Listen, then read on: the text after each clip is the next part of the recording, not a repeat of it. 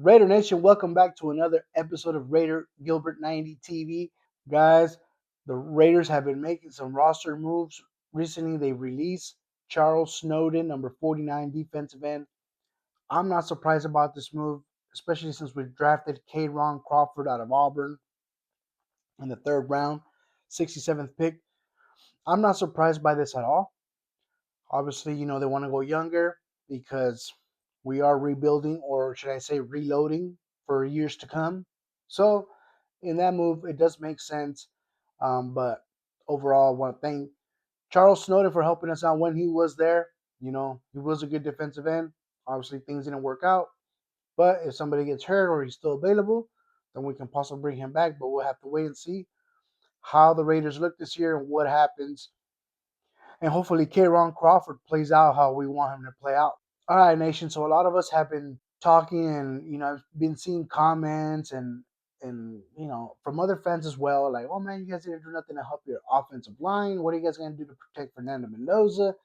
All those types of things. But the Raiders did. So the Raiders ended up drafting Trey Zune III from Texas A&M. In 2024, he started 13 games where he allowed 15 pressures, where he earned third-team All-SEC honors. Guys, this player. He's ready to put him on the line. He's probably going to be a week one starter. So we're probably going to end up having Trey Zune next to JPJ, next to Tyler Linderbaum, next to Colton Miller, Caleb Rogers, or somebody else. Guys, our offensive line going to be good this year because last year the way they were coached, I don't think they were coached well enough. This year with the new coaching staff and everything, they might be better coached, which will help us a lot. Especially the guys we drafted the years before, like Caleb Rogers, and they probably just needed a better coach. We don't know what those guys got until possibly this year we're gonna see. Okay, well, you know what? Maybe he's not that good, or maybe hey, guess what? He is good. He's standing in front, helping. No defenders come through, especially those like Miles Garrett types, all those big guys not coming.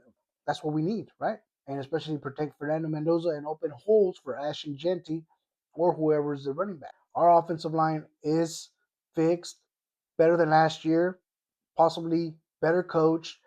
I say possibly because we're gonna have to wait and see. Obviously, when the season starts. When the season starts, I don't want to say preseason, but when the season starts, we're gonna have to wait and see. Nah, let's get to the real deal before we say, all right, they look good. Offensive line, we're good, and we should be able to move on. All right, nation. So going back to a little bit on Fernando Mendoza here. Fernando Mendoza finally practiced starting this past Friday, May 1st, where he took a couple snaps under center. He looked good.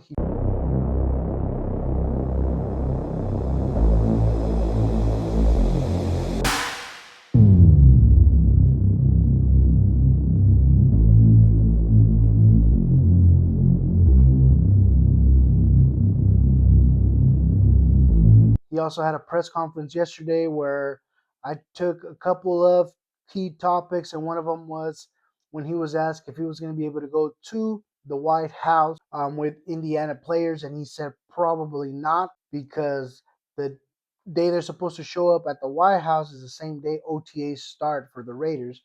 So he said he doesn't want to lose his spot from the team. He's trying to win a starting quarterback job. Honestly, that's what he's saying. Planning the trip to the White House, I think 11th, May 11th, later this month.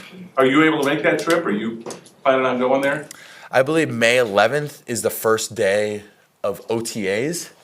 If I'm not mistaken, I have the calendar.